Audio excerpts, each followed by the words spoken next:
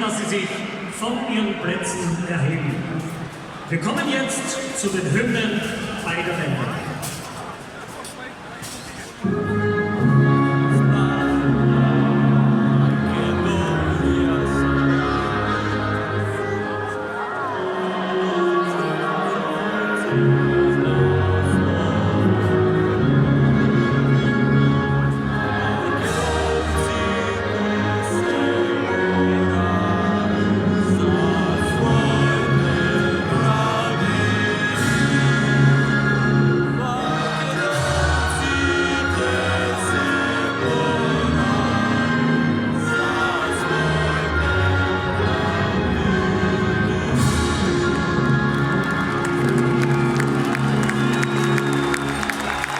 Vielen Dank.